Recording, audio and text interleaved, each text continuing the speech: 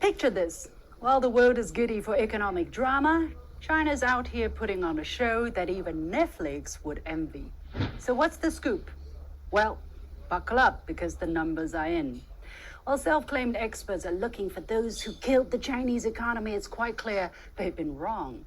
2 months into the new year, China's economy is alive and kicking. I'm going to give you a few numbers, so bear with me. Now, large industrial firms saw their combined profits up by 10% year on year. Total retail sales are up by 5.5%, investment in manufacturing up by 9%, and foreign trade, listen to this, foreign trade in goods up by 9% too. What do the numbers tell us? The first 2 months of the year, January and February, have proven that China can do it. And once again, China is delivering, and China is showing that you can continue to execute, to have a plan, and to make it deliver results. On top of that, and here comes a new term, new quality productive forces. It's about emerging and future-oriented industries, including hydrogen power, new materials, and innovative therapeutics.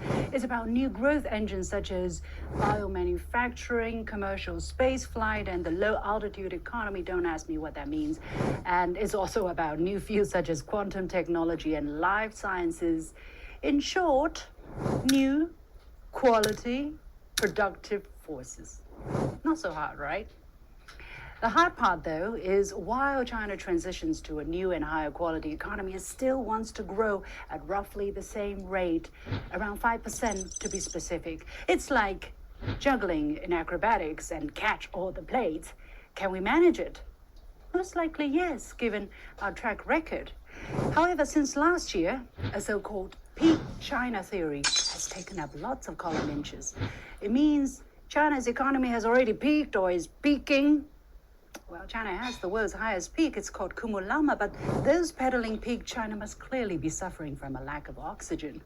The Wall Street Journal, for example, has run a column titled China's Economic Slowdown, and in less than half a year, it's put out some 200 articles. Well, that's like scaling the Cumulama and never get to the peak. How much of it, though, is a mirage? How long will they keep trying? Some people are trying really hard.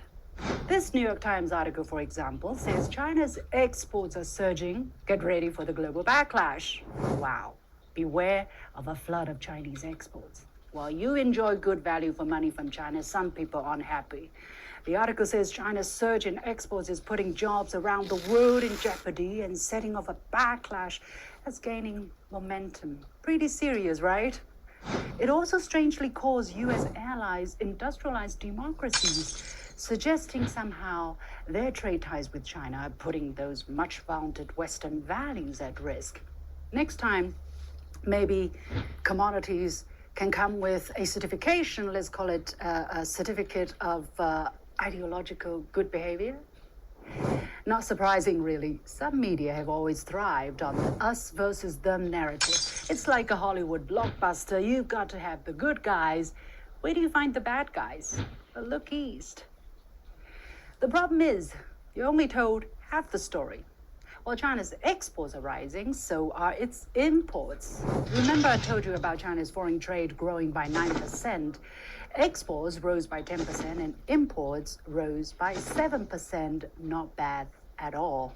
But you don't hear about the last number, right? It seems that for some, foreign trade just means exports. For China, it means imports as well. China has been boosting its imports, actually, as we like to buy and experience new things as more people have more to spend. How much are we buying exactly? Well, in terms of growth rate, we've been buying more aggressively than we've been selling over the past 7 years. Hard to imagine, right? China is the world's first country, actually, to have a national import expo called CIIE, now in its 7th year. The expo is an excellent window for foreign products and services. So far, over 2,400 global debuts have been made there. If we're not buying more, why are foreign companies coming here? How many jobs have been created around the world as a result of all that? Another flashy point in the press is about China's GDP growth target, and It's an old chestnut. As soon as China announced the number of around 5%, the papers have thrown out the headlines, calling it in unison too ambitious. Maybe they're just reusing the same headlines from last year. The tone has to be pessimistic, very much in line with the peak China thing. What if China meets the target, though? Well, that's for later. We still have a year to go, and by the end of the next day, the readers would have already forgotten about it. What people don't forget is that China had a few decades of double-digit growth, but that was built on a very low base. Now, its economy is $18 trillion in size, a giant already. Clearly, it's not going to keep doubling. Around 5% is not bad at all, especially if you look at the growth number in your own country. And judging from the first 2 months of this year, the doomsters may be wrong again, although they'll never admit it. Lastly, in a bid to pin down China's growth prospects, some have become so creative it's almost fictional. The Economist depicts China's EVs as a meteor shower. Cover of the year. Chinese EVs are crashing into the earth, first landing in Europe, maybe. Americans don't have to worry yet, as these cars are not sold there yet, but already they're viewed as a national security risk. Another national security risk, I should be accurate. Maybe this is what they mean, being crushed by a meteor shower of Chinese EVs. Wait a minute, is this science fiction or journalism? Can't tell, really. One thing I can tell is that the creative department didn't communicate with the journalists because the cover implies the opposite of what's written in the main article, which says these EVs should be welcomed because they help with the global green transition.